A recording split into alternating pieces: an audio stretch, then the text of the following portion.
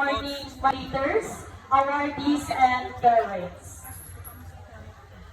Recognition Day is a celebration of achievements, hard work, and dedication. Nandito kayong lahat sa bulwagang ito dahil kayo ay nagkamit ng isang achievement. May suot-suot man kayo ngayong medalya o wala, ito ay isa ng achievement. It's time to reflect on your journey, celebrate your success, and look forward to new beginnings. Magtilay-tilay tayo sa ating nakaraan. Ano ba ang ginawa ko nung nakaraang taon? Bago ako nakarating dito, ako ngayon ay may suot na medalya.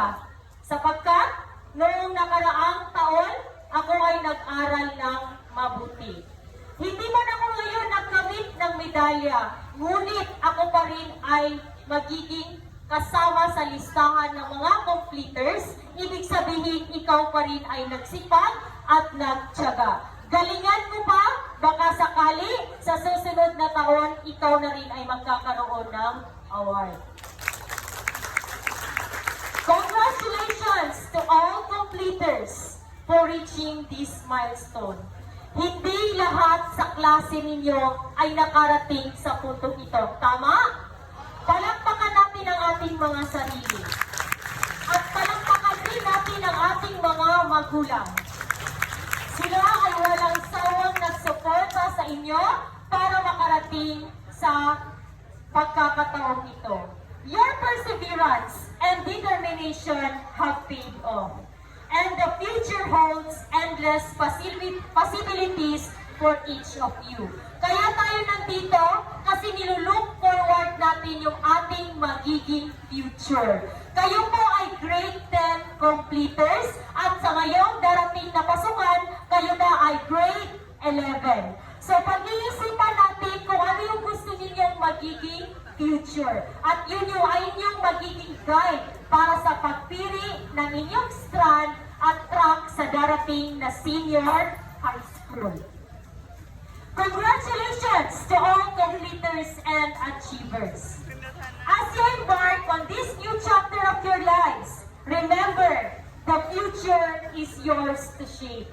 Kumbaga, lahat tayo ay naka-destiny na kung ano yung magiging kapalaran natin, kung tayo ba ay magiging leader, kung tayo ba ay magiging mayaman, magiging mahirap, o ano yung matatapos nating kurso. Pero yung dua sa aula ang magpapabago kung ano man yung hindi magandang destiny na nakabigay sa atin.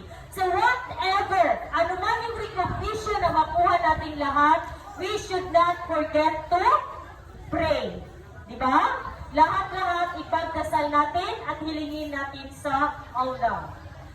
Stay curious, be resilient, and never stop learning. Your hard work has brought you to this moment. Lahat-lahat ng pagsisikap na yan, paghihirap, wag na wag ninyong kalilimutan. Yun yung gawin ninyong mga inspirasyon para mas magpatuloy pa. Kasi sa mga minamahal kong mga magulang, kung ano man yung na-achieve ng ating mga anak ngayon, ipagbunyi natin, ipagpasalamat, at mas i-push pa natin sila, i-encourage na mas pagbubutihin pa. Tayo naman ang mag-aaral kayo. Kung ano man yung binigay na suporta sa inyo ng inyong mga magulang, ay ibalik ninyo ng doble, triple, o ilang beses pa. Dahil ang inyong achievement ay kanilang achievement. And the world is waiting for your unique talents and contributions. Huwag yung sabihin na ako lang ito, dahil ang mundo sa labas ng portals ng Litayin National High School sa inyong mga bahay ay may maraming taong nagtitiwala sa inyo at naghihintay na makita kayong makamit ang pinaka-mini-mithi ninyong pangarap. Inshallah, magiging professionals na kayo someday at babalik para magbigay ng serbisyo sa inyong mga kababayan. Best of luck on your journey ahead. Once again, congratulations to the completers batch 2023-2024.